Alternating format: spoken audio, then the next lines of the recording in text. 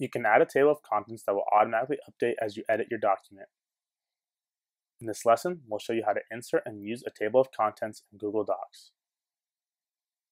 In Docs, the table of contents is created based on how you use headings in your document. First, select the text you want as a heading, and then on the toolbar, click the Styles menu. From the menus that open, select the heading style that you want. Repeat this process for each new section. After you define your headings, click the point in your document where you want the table of contents added. Your table of contents is placed on the document where you last put the cursor. Now, click the Insert menu and point to the table of contents.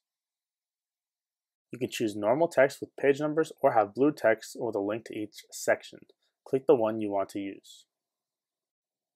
If you add more headings and need to update the listings, click the table of contents and then Update Table of Contents.